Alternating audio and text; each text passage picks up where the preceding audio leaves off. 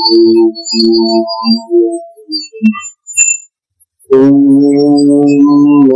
भगवते वासुदेवाय। ओम नमो भगवते वासुदेवाय। ओम नमो भगवते वासुदेवाय।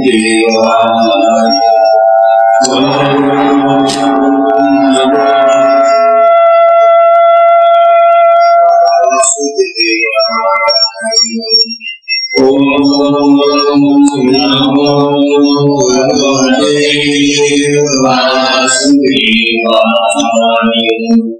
श्री सद्गुरुनाथ महाराज की जय। अवधूत चिंतन श्री गुरुदेव दत्त।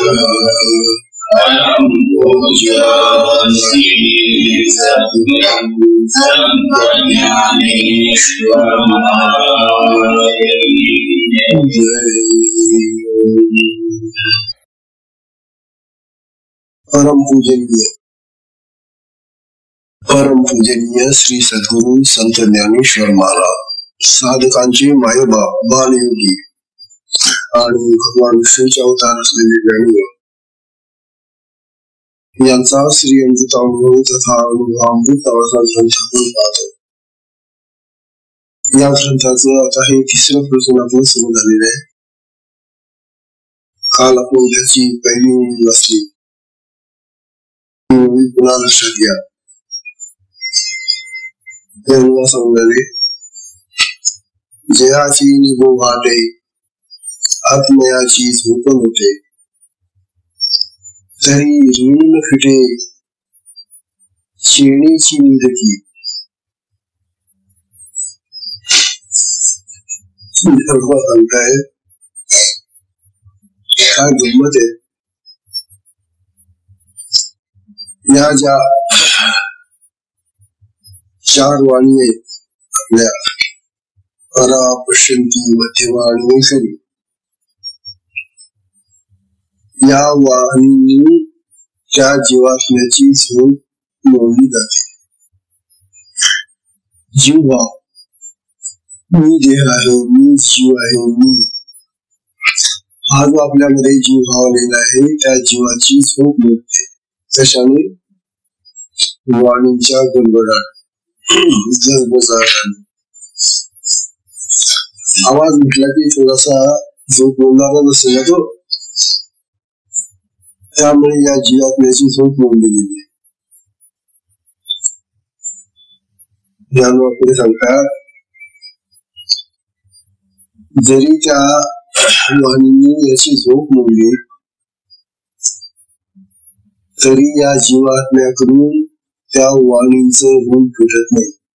त्यांचे इतके उपकार झालेले आपल्यावर की ते उपकार फिटत नाही. म्हणून आता आपल्याला ज्ञान असं सांगताय की यांचं ऋण फेडलं पाहिजे. आणि शिवाय याला जी आता जाग आली जशी झोपवली ना, याला जी जाग आलेली आहे ती जाग त्या वाणी मिळाली, त्या वाची मिळाली. खरं गोंगाट झाला, गोंगाटला जाग आली. नरवा जाग येणे या गोष्टीला आणखी वेगळा अर्थ देतो. तो झोपेत होता म्हणजे पूर्ण अज्ञानात होता. तसं झोप ही अज्ञानाचा प्रतीक आहे. हा जीव जेव्हा झोपतो, आपणच पाहणार, आपण सगळे जीव भावात असतो ना. आपण रात्री जेव्हा झोपतो, बाळ झोपतो, त्यावेळेला आपण विसरून जातो. आपल्याला असणारं सगळं ज्ञान मुक्त होऊन जातं. झोपेमध्ये आपल्याला काहीच स्मरण राहत नाही. म्हणजे झोप ही अज्ञानाचं प्रतीक आहे. झोप ही अज्ञानाची अवस्था आहे. आणि या अज्ञानाच्या अवस्थेमधून वाणीने त्याला जाग केलं, हा उपकार झाला ना मग. कारण वाणी जी आहे, भाषा जी आहे, ती त्याला ज्ञान देणारी, समज देणारी, माहिती देणारी. वाणीमुळेच आपल्याला सगळे व्यवहार करतात. वस्तूंची नावं करतात, पदार्थांची नावं करतात, शब्द करतात, भाषा करते. हे वाणीमुळे शक्य झाले ना. म्हणजे त्या वाणीने त्याला जागं केलं, म्हणजे त्याला समज येण्यासारखं केलं, त्याला ज्ञान प्राप्त होईल असं केलं. अज्ञानाच्या सापेक्ष ज्ञान बनत आहे. लौकिक ज्ञान, जगाचं, संसाराचं, प्रपंचाचं ज्ञान त्याला प्राप्त व्हावं म्हणून जागा केला. आता ज्ञान आपल्याला आणखी असं सांगतात, आणि जीवा तू झोपलेला होता तेव्हा अज्ञानात तर होता, पण तुला या वाणीने जे जाणून केलं, जी समज आणली तुला, जी विद्या दिली तुला, ही सुद्धा लौकिक विद्या आहे, जगाची विद्या आहे. आणि जगाची विद्या ही जगाबरोबर नाहीशी होणारी. कसं रे, आता आपण किती जरी हे संसाराचे गोष्टी पाठ करून गेला तरी पाठ, घराची बांधणी निघून ठेवा, घराचे कपडे निघून ठेवा, त्यांची नावं लक्षात ठेवा, शेतीवाडीची कामं लक्षात ठेवा, काय काय जे जीवनाचं संसाराचं, कितीही आपण ते संसाराचं डोक्यात ठेवलं तरी ते विसरलं जातं आणि मुळा नाही शकत देहामध्ये. म्हणजे प्रपंच जर नाशका आहे, प्रपंच जर नाशवान आहे, तर प्रपंचाचं ज्ञानही नाशवान आहे. म्हणून आपण जे आता हे सगळं ज्ञान मिळतो ना, सुख ज्ञान, हे सगळं नाश. ज्ञान तर तेच खरं ज्ञान आहे की जे अमर राहतं आत्म्यासाठी आणि ते आत्म्यामध्येच येत. किंवा आत्म्याचं ज्ञान आत्म्यासारखंच आहे असं ज्ञान सांगणार. परंतु या वाणीने त्या जीवाला जाग करून त्याला जे ज्ञान दिलं नव्हतं ज्ञान, त्याची उत्पादन करायला पाहिजे ना, उत्पादन करण्याची. आता ज्ञान आपल्याला कशी होऊ शकते. आता मी त्याच्यामुळे करूया पुढे आता ते दृष्टांत देणार. एरवी पराधिकी चौघी जीव मोक्षांचा वेगी, अविद्येसरे अंगी वेसती फिरू, वेसती फिरू.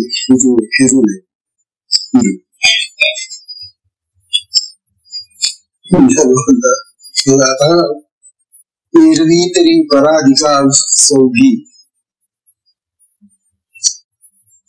जीव मोक्षांचा उपयोगी,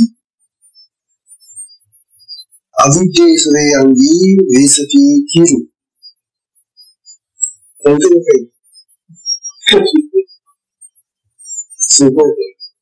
कठीण काही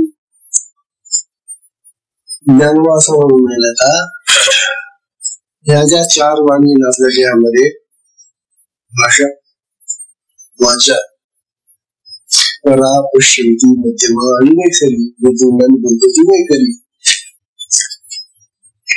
या ज्या चार वाणी आहेत त्या म्हणतात, या ज्या चौघी आहेत ना, एरवी पराधिकी चौघी, परा, पश्चिंती, मध्यमा, या चौघी वाणी आहेत ना,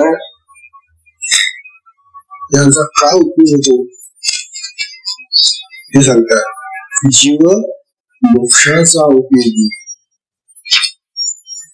या जीवाला मोक्षाकडे नेणाऱ्या त्या मुक्त करणाऱ्या आहेत. जीव म्हणजे देहभाव असलेला माणूस, देह हा जो जीव आहे, हा जीव भाव जो आमचा आलेला आहे, या जीव भावातून या वाणी ज्या आहेत ना आपल्याला ज्ञान देतात. आणि या ज्ञान नुसत्या म्हणजे लौकिक ज्ञान देतात, परंतु या वाणीने आपल्याला मोक्षाचाही मार्ग दाखवला जातो. जसा तो कोणत्याचा मार्ग दाखवला या वाणीने आपल्याला,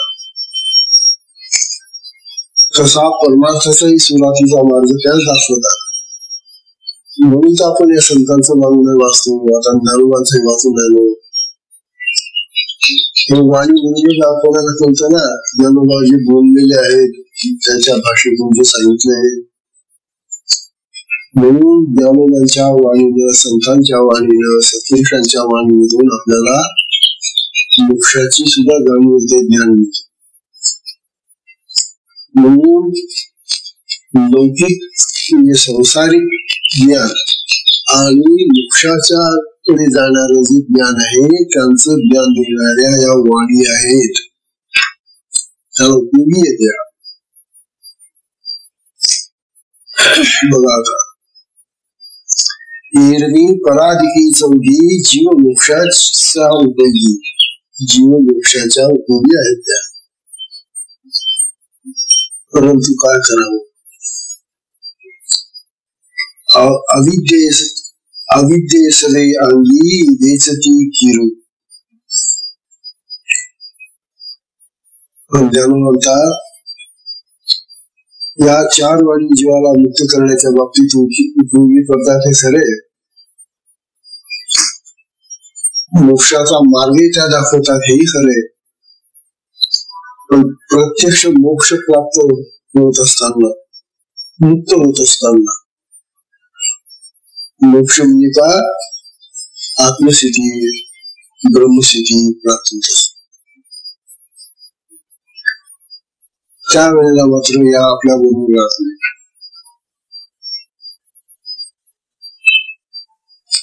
त्यावेळेला त्या आपल्या देहामध्ये असलेली जी अविद्या आहे, अज्ञान आहे, त्या अज्ञानाबरोबर या वाणीतून संपून जातात, नष्ट होऊन जातात. इथं साधी गोष्ट आहे ना, आपल्याला माहिती आहे ना, माणूस मेला की तो बोलतो होतो. जो माणूस बोलतो, मेलेल्या माणसाला बोलता येतं का? किती म्हणतो, 10-12 बोलतात बाया त्याच्या नावाने डोकं बोलू. मुलांना आमच्याशी थोडस सांगा ना, किती हाका मारल्या त्या मेलेल्या माणसाला, तरी तो बोलू नाही शकत, कारण त्याची वाणी गेलेली नाहीये. म्हणजे ही जी वाणी आपल्या देहामध्ये आहे, जी आपण उपयोग करतो, भाषा बोलतो, ही वाणी ही मरणारी आहे. आणि म्हणून ती अविद्येमध्ये जमा केली गेली. जेवढे मरणारे पदार्थ ते सगळे अविद्येत जमा होतात, अज्ञानात जमा होतात. अहो, हे जगाचं ज्ञान सुद्धा मरणार आहे ना. हे ज्ञान जर अविद्या झाली तर मग या ज्ञानाला देणारी जी वाणी आहे ती पण अविद्याच झाली नाही. वाणीला ज्ञानवाणी अविद्येमध्ये काढलेलं आहे, सगळ्यांनीच काढलेलं आहे. ही जी वाणी आहे आपल्या देहामध्ये, ही वाणी मोक्षाचा मार्ग दाखवेपर्यंत ठीक आहे, पण प्रत्यक्ष मोक्षाच्या स्थितीमध्ये ती राहत नाही. आत्मस्थितीमध्ये ती येत नाही, कारण आपल्याला तर माहिती आहे की आपल्याला देह नाहीये. हा जो देह आहे, हा देह आत्म्यापासून अलग आहे. आत्म्याला देहच नाही तर इंद्रिय आहेत का? आत्म्याला तोंडणे, नाकणे, कानणे, डोळेने, आणि तरी सुद्धा हा आत्मा सगळं जाणतो. असा हा जो आत्मराज आहे आपल्या देहामध्ये, ज्याला वाणीच नाहीये, तो बोलत नाही, तोंड तर बोलत कसा, त्याला इंद्रियच नाही. म्हणून आत्मा बोलत नाही. आत्मा जर बोलता तर आपल्याला त्यांनी आतापर्यंत पुष्कळ गोष्टी सांगितल्या असत्या, पण आत्मा बोलत नाही. त्याला इंद्रियच नाही ना, तो इंद्रियातीत आहे ना, देहातीत आहे ना, तो देहाच्या पलीकडचा आहे. त्याला देह नसल्यामुळे त्याला इंद्रिय नाही, इंद्रिय नसल्यामुळे तो बोलत नाही, तोंड नाही, काही नाही, नाक नाही, डोळे नाही, काहीच नाही त्याला. मग त्या ठिकाणी त्याच्या ह्या आपल्या ज्या वाणी त्याच्या जातील का त्याला त्याचा उपयोग नाही. ह्या ज्या भाषा आपण बोलतो, ही जी भाषा आपली आहे, ही भाषा आपल्या देहाला उपयोगाला येते. ही वाचा त्या आत्म्याला उपयोगाची नाही. कळला? आत्म्याला भाषा नाही. आत्मा आपल्यासारखं बोलत नाही, आत्मा आपल्यासारखं ऐकत नाही, आपल्यासारखं डोळ्यांनी पाहत नाही, कारण इंद्रियच नाही. असा हा आत्मा आहे. मग अशा आत्मस्थितीमध्ये जेव्हा आपण जातो, आता आपण जातो कोण जातो हे लक्षात घ्या. आपण अशी देहाने जातो का आत्म्यामध्ये?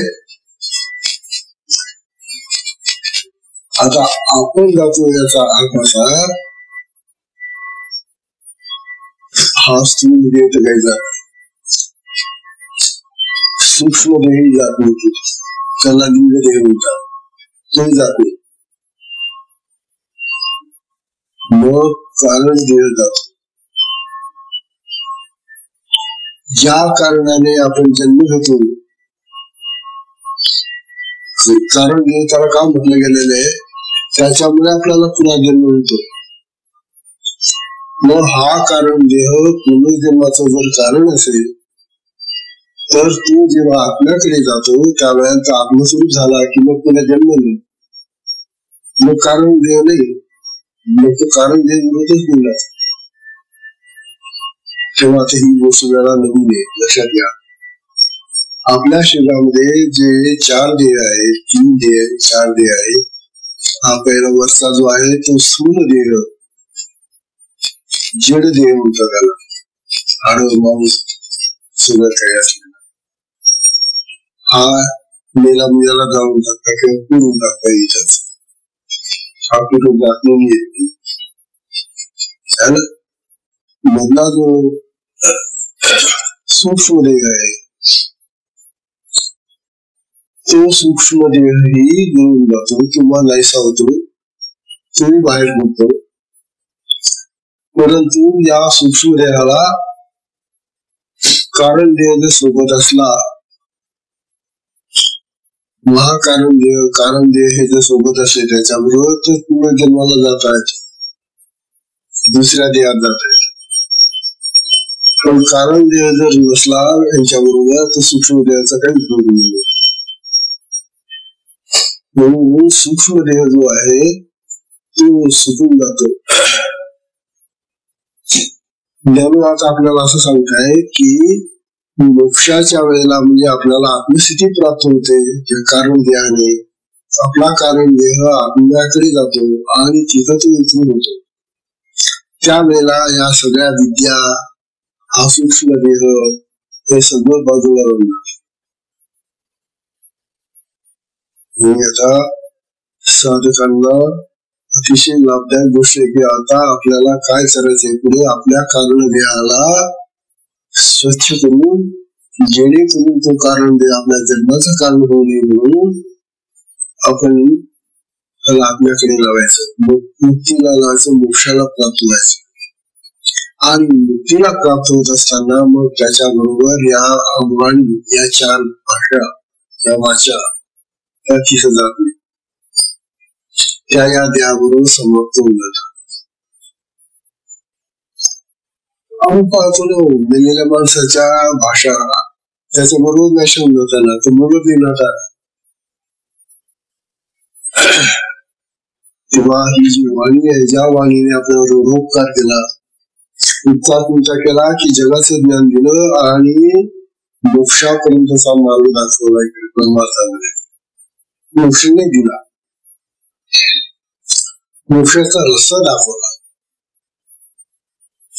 म्हणून या वाणीचे उपकार आहेत आपल्यावर.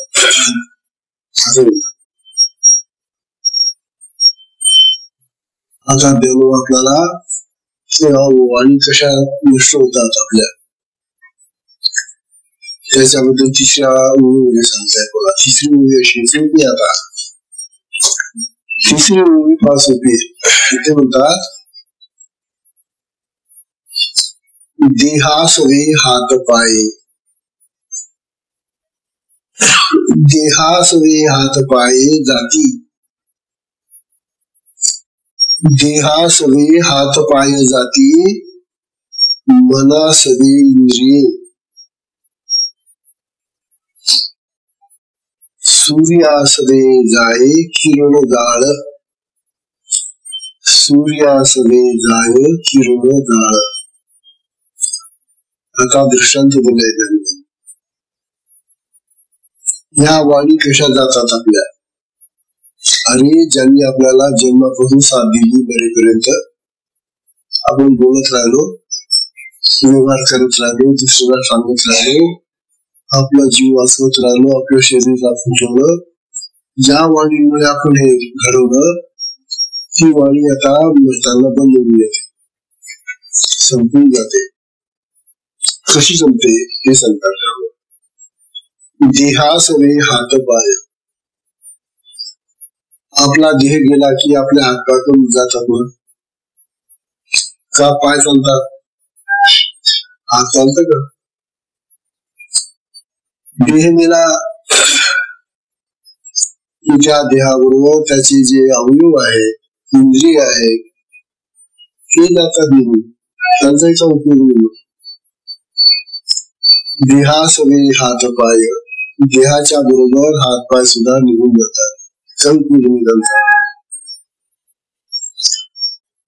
किंवा आपलं मन, बुद्धी, चित्त, अंतःकरण जे ना ते दुसऱ्या देहात चाललं जातं.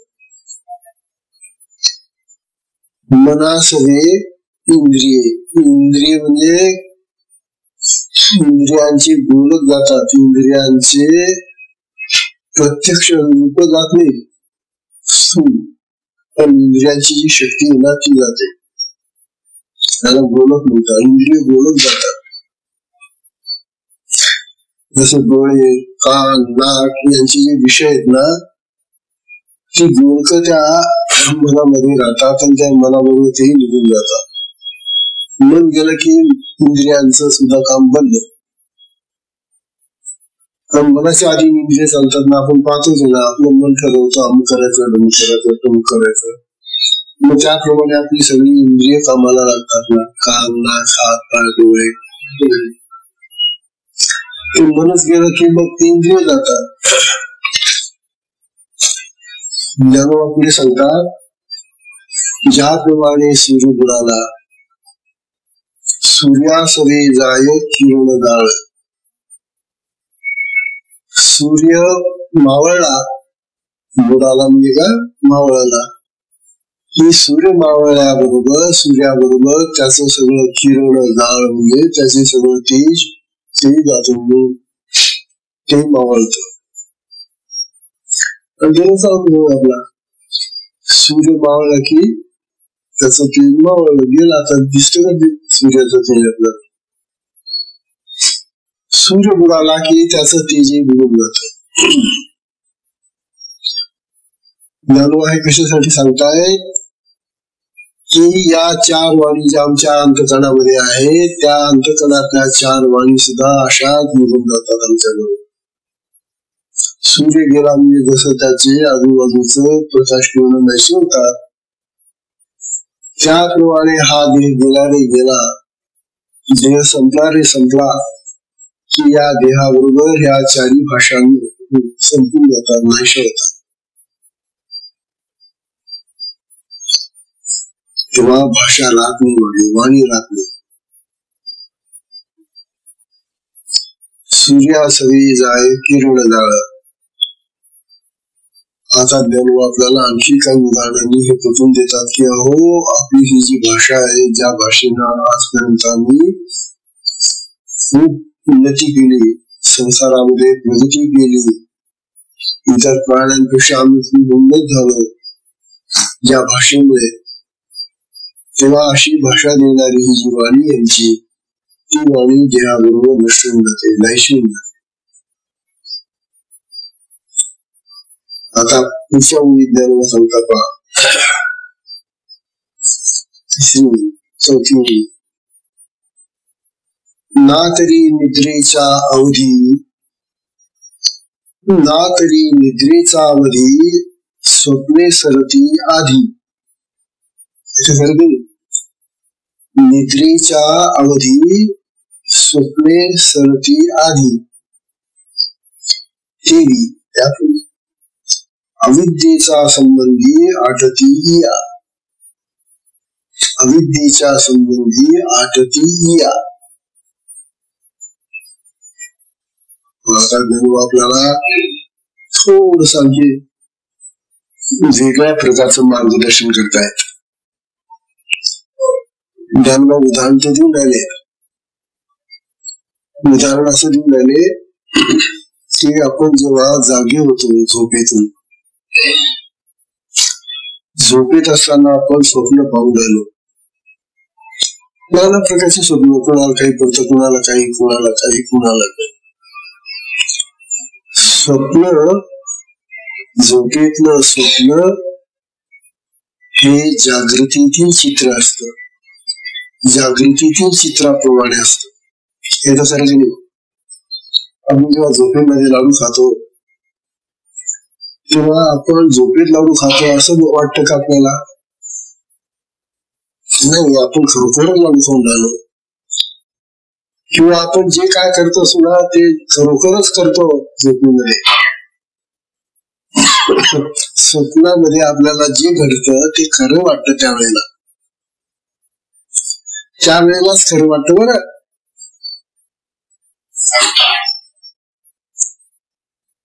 ते स्वप्न गेले की मग ते खोटं ठरतं. पण जोपर्यंत आपण स्वप्नात आहोत, ही स्वप्नाची अवस्था जोपर्यंत आहे, तोपर्यंत आपण जे जे काय करतो, पाहतो, बोलतो, खातो, पितो, जो व्यवहार करतो तो खरा असतो असं आपल्याला त्या वेळेला वाटतं. म्हणजेच स्वप्न ही सुद्धा जागृतीचीच एक थोडीशी नवी आवृत्ती आहे. जुनी आवृत्ती म्हणा, नवी आवृत्ती म्हणा, काही म्हणा, एक प्रकार आहे जागृतीचा. पण जागृती सारखंच आपल्याला वाटतं. म्हणजे जागृतीमध्ये तुम्ही जरा प्रवास केला असेल ना, आणि झोपेमध्ये स्वप्न पडलं तुम्हाला, तुम्ही प्रवास करून राहिला, तर तुम्ही सुद्धा त्या ठिकाणी तसंच प्रवास करून राहिलेला तसं वाटतं. तुझं फोटो नसतं काही त्यावेळेला, किंवा तुमचे जे कोणी मित्र नातेवाईक तुम्हाला यापूर्वी भेटले असतील, त्यांच्याशी जे काय बोलणं झालं असेल, स्वप्नामध्ये जेव्हा ते येतात आपल्या, त्यावेळेला आपलं बोलणं त्यांच्याशी तशाच प्रकारचं होतं. याचा अर्थ ज्ञानू आपल्याला असं सांगतात की स्वप्न अवस्था जी आहे निद्रेतली, ती जागृतीची छोटी बहीण आहे. हे खरं की नाही? आता जाग आल्यानंतर मग आपण सगळं पाहतो, हे जे आपण सगळं पाहतो, जगाचं सगळं काम पाहतो, असं त्या निद्रेमध्ये स्वप्नामध्ये आपण पाहतो. म्हणजे झोप नावाची जी अवस्था आहे आपली, ती फार महत्वाची झाली आता. का? कारण त्या झोपेमध्ये आम्ही जागृतीचाही अनुभव घेतो. स्वप्न जागृतीची छोटी अवस्था आहे ना, आता म्हटलं ना आपण, जागृती सारखंच आहे नव्हते. म्हणजे जागृतीचा सुद्धा अनुभव आम्ही झोपेमध्ये घेतो, आणि झोप गेल्यानंतर जागृती येतेच पुन्हा. त्या जागृतीचा अनुभव पुन्हा आहेच आम्हाला. मग ही जी निद्रा आहे, ही निद्रा स्वप्नाची बी आई आहे. नुसतीच्यातूनच स्वप्न येतात ना, आणि जागृतीची आई आहे. म्हणजे निद्रा ही अवस्था स्वप्नांनाही निर्माण करते आणि जागृतीलाही निर्माण करते. पण जागा झालं आपलं, ती झोप गेल्यानंतर जागा येते ना. जोपर्यंत झोप येतो जागा आहे का तुम्हाला? नाही. जाग केव्हा येते? झोप गेल्यावर. जोपर्यंत झोप आहे तोपर्यंत जाग नाही. मग ती झोप गेल्याशिवाय ती तुम्हाला जागृतीमध्ये सोडून देत जाता. ती झोप जेव्हा होती त्यावेळेला स्वप्नामध्ये जागृती दाखवत होती, आणि ती झोप तुम्हाला जी तुम्ही जागृती म्हणून अवस्था म्हणता ती जाग येते, ती जागेची अवस्था दाखवून देते तुम्हाला. म्हणजे आता महत्व आलं झोपेला.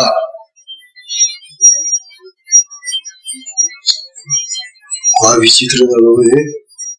आतापर्यंत आम्हाला ही जागृती मोठी वाटत होती आणि खरी वाटत होती, आणि जागृतीच महत्वाची आहे असं सगळं जगातले लोक मानतात. त्या लोक म्हणतात, अरे बाबांनो, तुम्ही झोपलेले होते तर त्यावेळेला अविद्या होती की नाही, अज्ञान होते की नाही. मग आई जर अज्ञानी आहे तर ती पोरं काय ज्ञानी निघतील का? ही झोप आहे, ही झोप जर अविद्यायुक्त आहे, अज्ञानी आहे, तर हिच्यापासून निर्माण झालेले जे स्वप्न आहे ते काय खरं असेल? खरं नाहीच आहे ना. आपण पाहतो ना तर मग ते सुद्धा अविद्या आहे. मग स्वप्न जर अविद्या आहे आणि स्वप्न सारखी जागृती जर असेल तर ती जागृती पण अविद्या आहे. म्हणजे आता आपण जे जागृतीत आहोत ना, जागे आहोत ना, ही सुद्धा अविद्येतली अवस्था आहे आपली. असा विचार कधी कोणी आम्ही केलाच नाही कधी, की आम्ही जे जागतो, हे जगातलं काम करतो, हे सगळं अविद्येमध्ये चाललेलं आहे, अज्ञानामध्ये चाललेलं आहे सगळं. आणि हे तर खरं आहे, अज्ञानामध्ये चाललेलंच आहे. अज्ञानामध्ये का चाललेलं आहे? कारण आत्मज्ञान आहे का तुम्हाला? नाही, आम्हाला आत्मज्ञान नाही आहे. मग आत्मज्ञानाला ज्ञान म्हटलेलं फक्त,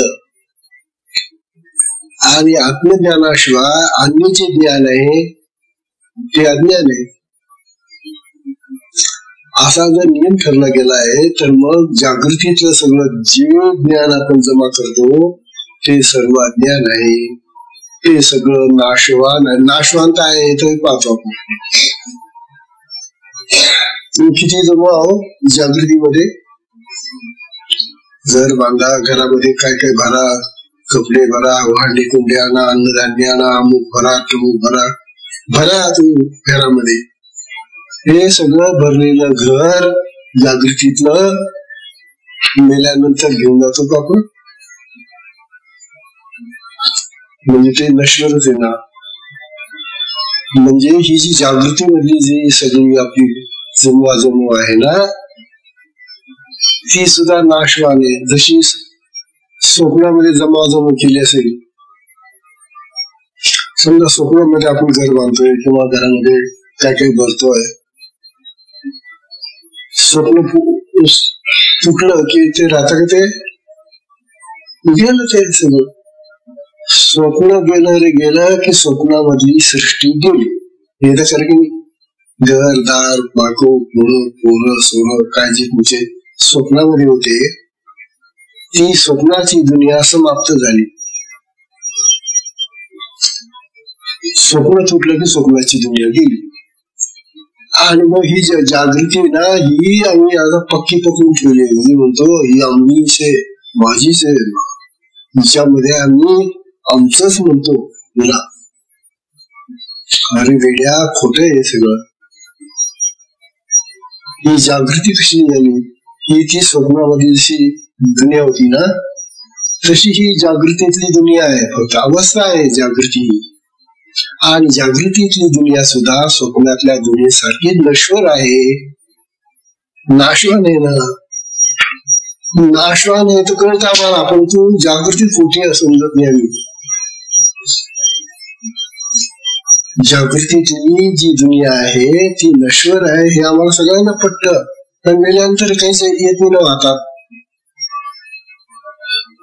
सांगा ना तुम्ही, कोण घेऊन गेला आतापर्यंत कुठे मेल्यानंतर? जसे आले होते तसेच गेले ना हात हलवत. काय घेऊन गेले? म्हणजे जागृतीमधून गेल्यानंतर सुद्धा पुढे जे जमवलेलं असेल ना या दुनियेमध्ये ते इथंच राहून जात. याचा अर्थ असा झाला की जागृती आणि निद्रा या दोन ज्या अवस्था आहेत या अविद्येच्या अवस्था आहेत, अज्ञानाच्या अवस्था आहेत. स्वप्न तर आहेच म्हणजे, पण स्वप्नाचा अनुभव प्रत्येक वेळेला घेतो ते अविद्येच आहे. परंतु जी निद्रा आहे त्या निद्रेमध्ये आम्हाला कुठे ज्ञान असतं, म्हणून ती अज्ञानाची अवस्था आहे, अविद्येची अवस्था आहे. मग निद्रेमध्ये जर अज्ञान आहे, अविद्या आहे, तर मग ह्या जागृतीमध्ये कुठं ज्ञान आहे? ज्याला तुम्ही ज्ञान म्हणताना ते लौकिक ज्ञान आहे, आत्मज्ञान नाहीये. आणि फक्त आत्मज्ञानालाच आम्ही ज्ञान म्हणतो. हे सगळं मर्त ज्ञान आहे ना, मरणार आहे ना सगळं. मग हे लौकिक जे आहे ते सगळं मर्त्य आहे, मरणार आहे, मरण धर्म आहे. आणि ते ज्ञान नाहीच, ते अविद्याच आहे, ते अज्ञानच आहे.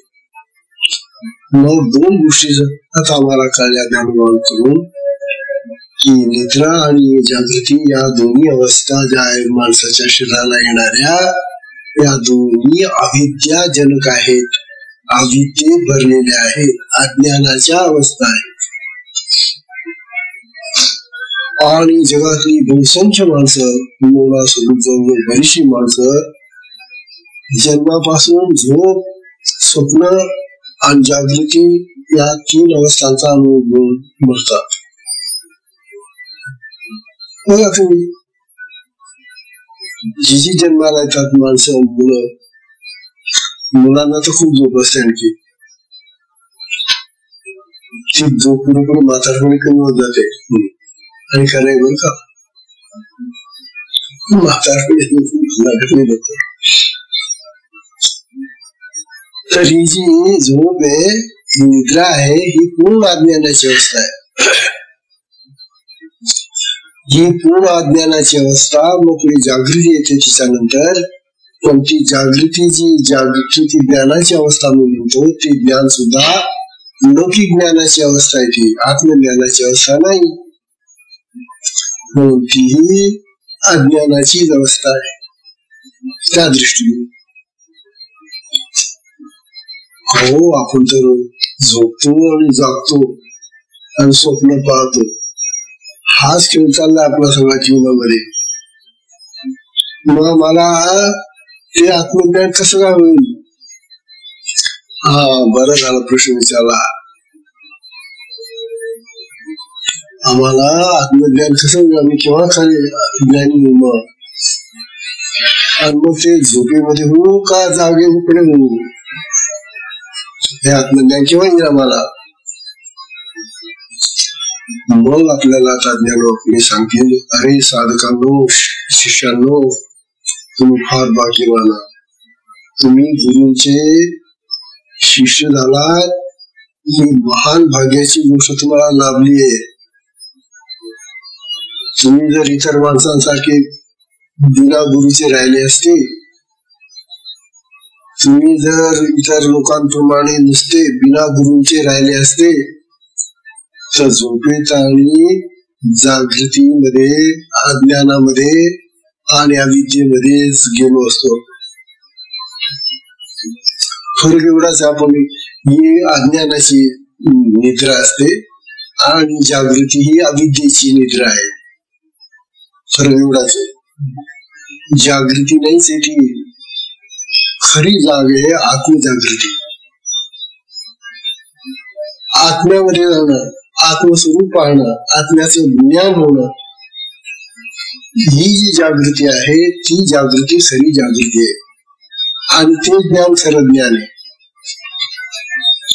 पण ते ज्ञान या भाषा देत नाही, वाणी देत नाही. बोला, कारण वाणीचा तिथे संबंधच नाही आत्म्यामध्ये. आत्म्याला भाषाच नाहीये, मुखच नाही तर बोलून कसं करतो आत्मा. मग आत्म्यामध्ये सगळं ज्ञान जे भरलेलं आहे ते वाणीच्या माध्यमातून कळणार नाही, ते भाषेच्या माध्यमातून कळत नाही. आत्मा तुझी बोलणार नाही आणि त्याला तोंडच नाही विचारायला, इंद्रिय नाही ना त्याला. मग तो अनुभव देतो. अनुभव गम्य ज्ञान आहे. आत्म्यामधलं ज्ञान अनुभवाचं ज्ञान आहे. अहो साधी गोष्ट पहा ना, आता तुम्ही आता समजा आपल्याला खूप उकळून राहिला,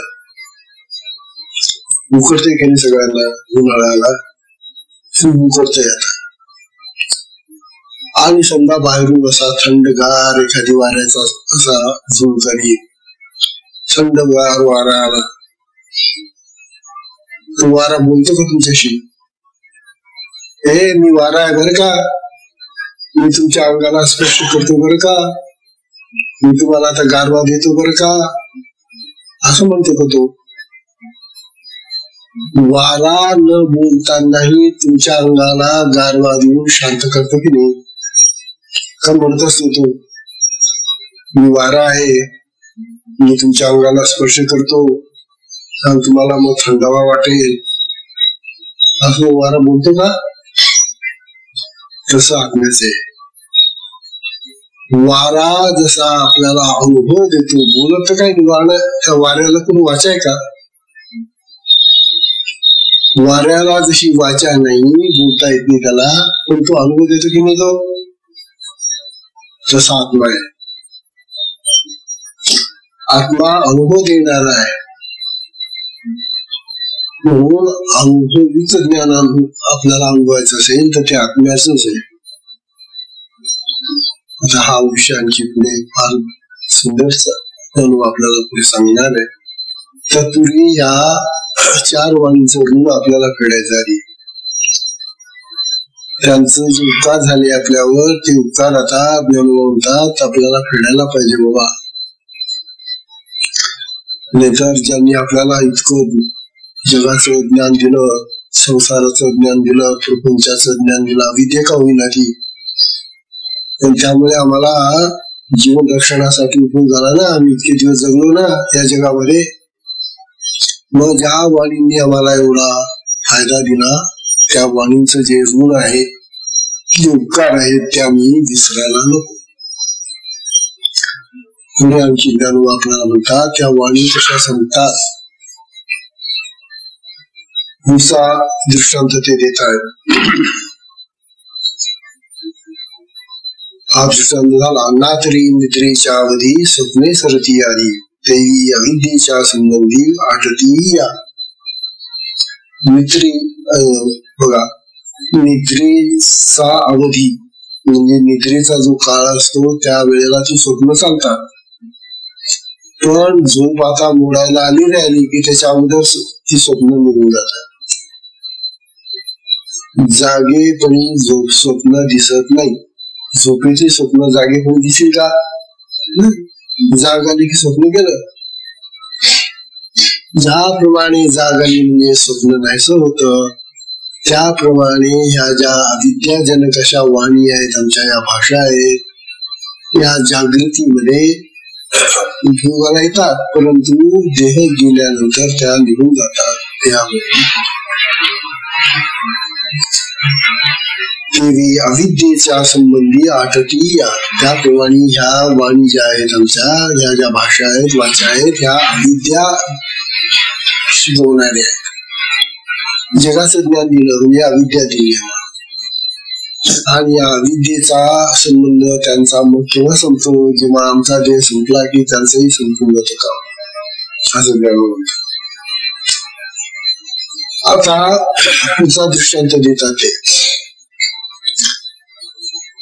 अविद्या संपली, देह संपला की अविद्या संपते, आणि अविद्या संपली की भाषा संपते.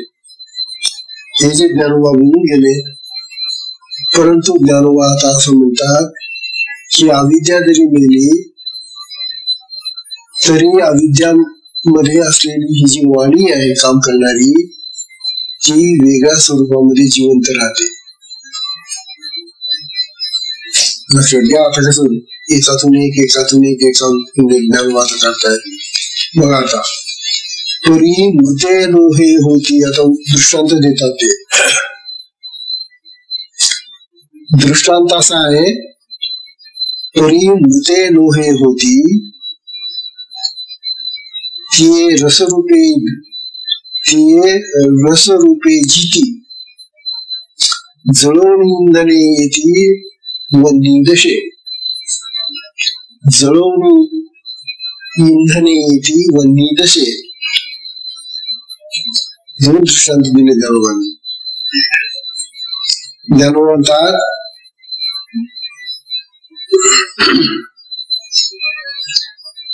या चार वाणी जरी आपल्या देहाबरोबर आठवून गेल्या नाहीशा झाल्या, ज्ञानोबा म्हणतात असे असले तरी जसं लोखंडाचा लोखंड आहे, लोखंडाला लोक अग्नीमध्ये वितळतात, त्याचा रस करतात, त्याला आठवतात लोखंडाला, आणि मग लोखंडाचं भस्म होतं. मग भस्म माहिती आहे तुम्हाला, औषधी येते. त्या लोखंडाला इतकं जाळतात की ते लोखंड राहतच नाही,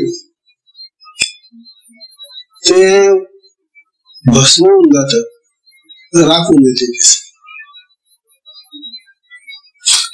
ज्ञानोबात आपल्याला असं सांगतात या लोखंडाच्या उदाहरणावरून, ते लोखंड तर मेलं पण भस्म रूपाने ते जे राहिलेलं आहे ना ते उपयुक्त आहे तुम्हाला.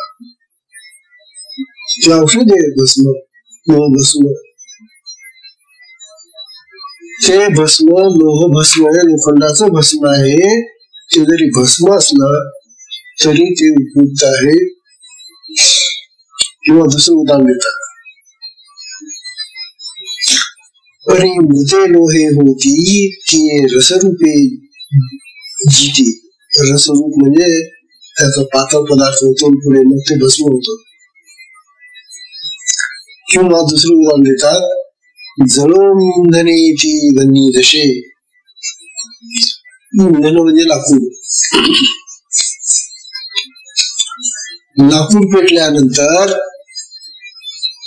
लाकूड जळून गेल्यानंतर मग त्या लाकडाचे वन्नी म्हणजे त्या लाकडाचे कोळसे, जळणारे कोळसे, लाल लाकूड जळून गेलं बिचारा, परंतु त्या लाकडाचे कोळसे शिल्लक राहतात ना. हो, देऊन घ्यावं. लाकूड गेलं बिचारा, लाकूड राहिलं नाही, त्याला तुम्ही लाकूड म्हणेल का जळालेल्या लाकडाला? तर हा जो इंधन जळाल्यानंतर जो भाग शिल्लक राहतो, वन्नी जसे अग्नीच्या स्वरूपामध्ये जळणाऱ्या लाकडाचा जो भाग शिल्लक राहतो तो लाकडापासूनच निर्माण झालेला आहे की नाही. लाकूड नसेल ते आता, परंतु त्याचा कोळसा त्या ठिकाणी असतो, किंवा लोखंड नाही आता त्याच, परंतु त्याच भस्म झालेलं आहे. भस्माच्या रूपामध्ये ते लोखंड असताना त्याप्रमाणे या वाणीचं आता ज्ञानोबा आपल्याला आता सांगतायत. या वाणी कशा आहेत पाहता. तो आणखी एक दृष्टांत अजून देता येते. तुमचा दृष्टांत असा आहे, लवणांगी विरे परी स्वादू जळी उरे का निमोनी जागरे जिये निज. का निमोनी जागरे जिये निज. या ठिकाणी ज्ञानोबा आपल्याला ही उदाहरणं देऊन सांगून राहिले की विषाचा खडा जर पाण्यात टाकला तर ते मीठ म्हणून राहत नाही आता, कारण ते पाण्यामध्ये आता विरघळून गेलं, पाण्याशी एकरूप गेलं. ते मग मीठ म्हणून राहिलं नाही ते आता, परंतु त्या पाण्याला जी चव आहे आता ती मिठाची चव राहणार ना. म्हणजे चवीच्या दृष्टीने खारट पाणी म्हणून जे आहे तो खारटपणा मिठाचा पाण्यामध्ये शिल्लक राहतो, मीठ नाही राहणार. पण मिठाचा खारटपणा जो आहे ना तो पाण्यामध्ये राहतो की नाही. हीच गोष्ट आता ज्ञानोबा आपल्याला असं सांगतात का निमोनी जागरे जे निज म्हणतात, निमोनी जागरे जे निज म्हणजे निद्रा जरी गेली, झोप जरी गेली तरी जागृती रूपाने अस्तित्वात झोपच राहते. बापरे, हे जे म्हणणं आहे ज्ञानोबांचं हे कळणार नाही लवकर. आता आपण झोपलेले आहे का? आता आपण झोपलेले नसलो तरी झोपेचं अस्तित्व आपल्यामध्ये आहे म्हणे. कशाच्या रूपाने? अविद्येच्या रूपाने. झोपेमध्ये अज्ञान होतं की नाही? मान्य, झोपेत अज्ञान. आता जागृती आहे ना, तुम्ही जागृतीमध्ये आत्मज्ञान आहे का? मग अविद्याच आहे. मग ही जी अविद्या आहे आता ही त्या निद्रेतल्या अज्ञानासारखीच अवस्था आहे. अज्ञान आणि अविद्यामध्ये काही फरक नाही, नाव शब्द तुंबे. म्हणून अविद्येचं अस्तित्व आहेच आमच्यामध्ये, त्यांना आत्मज्ञान नाही ना. हा, आत्मज्ञान झालं असेल तर म्हणून म्हणाला मी तुम्हाला तुमच्यामध्ये अविद्या आहे, पण आत्मज्ञान नाहीये. आणि आत्मज्ञान नसल्यामुळे आमचं जे आता ज्ञान आहे ते लौकिक ज्ञान आहे, जगाचं ज्ञान आहे. जगाचं ज्ञान म्हणजे अविद्या आहे. अविद्या म्हणजे नाशवान आहे, ते नाश होणार आहे. नाश होणार अविद्येचं ज्ञान जे आहे ती निद्राच एक प्रकारची. म्हणून जरी आम्ही जागे असलो तरी निद्रेच्या स्थितीत आहोत असं ज्ञान म्हणतात. हा विचार इतका महत्वाचा आहे, हा विचार इतका महत्वाचा आहे की अरे केव्हा तरी जागो व्हा. झोपलेले आणि जागे असताना झोपलेले, अरे वा रे वा. तुम्ही जागे होणार तरी. जाग होणं म्हणजे आत्मज्ञान होणं, आत्मस्वरूपात जाणं, ही जाग येणं. ही जी जागृतीची जी झोप आहे आमची ही खूप वेळ टिकते, दीर्घकाळ टिकणारी निद्रा आहे यांची. म्हणून ही निद्रा संपवा, मोठा आता जागे व्हा. आणि हे फक्त साधकांना शक्य, बरं का.